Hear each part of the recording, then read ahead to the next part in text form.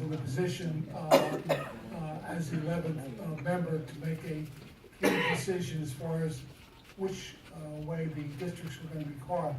The difference between the federal and the state as far as carving the lines, with the federal, you take the population of New Jersey as we speak, maybe somewhere in the vicinity of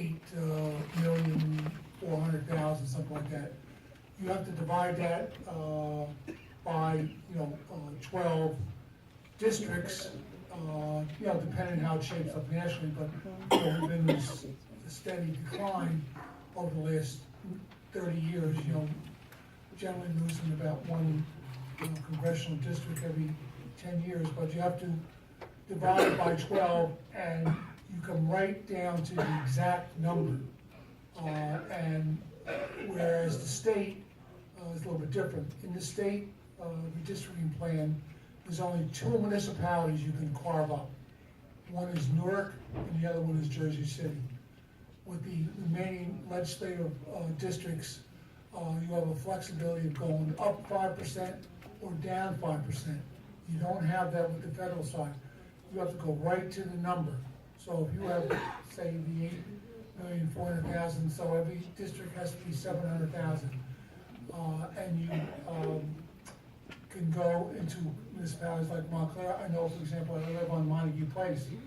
My side of the street is Payne, the other side of the street is Pastoral, and that's the way it is. And you think it's confusing.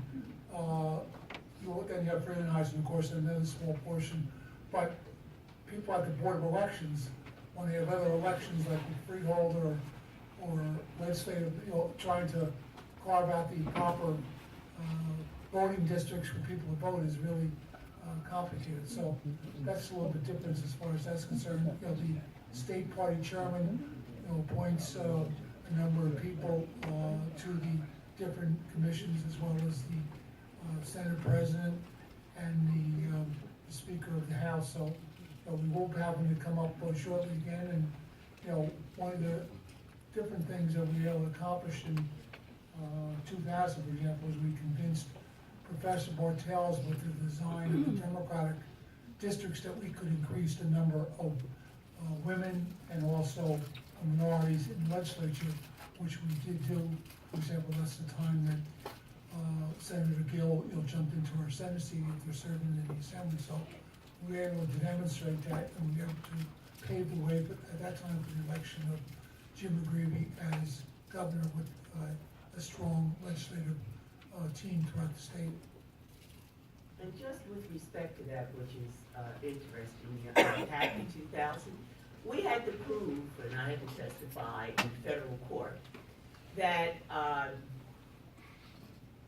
all African American legislators did not have to represent a district that was 98% African American.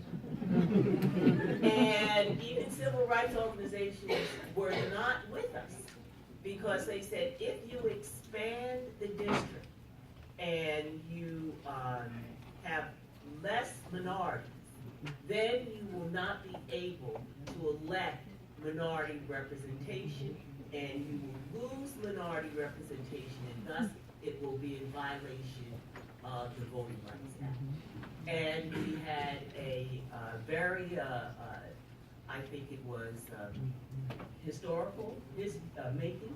And my position was that we had to testify that Senator Cooley was not trying to get rid of Orange because he was afraid, East Orange, of African Americans.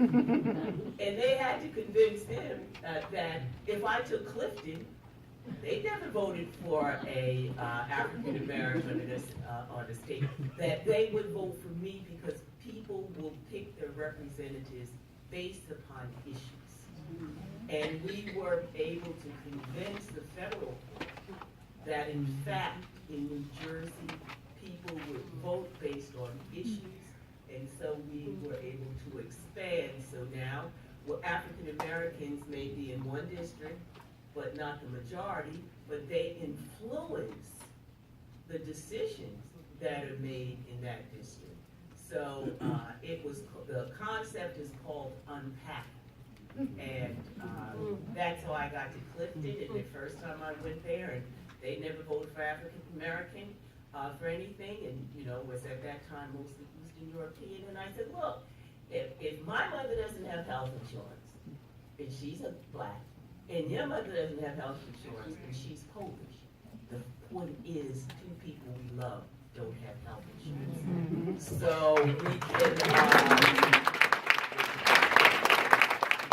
I said we could discuss this over your best Polish dish, and I went home and said, but I don't cook mine, you gotta cook me apple pie. And so that is the way that we were able to come to a common human experience that does not create a divide in fear among people.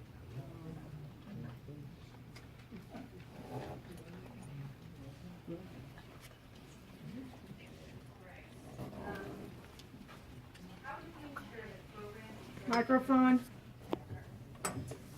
How do we ensure that programs and services that are important to us, like libraries, the environment, food programs for the elderly and youth, education, are funded at the state, county, and local level? How do we actually fix those programs? That's probably a long question. An easier one perhaps is, why is the state government not subject to open public records act?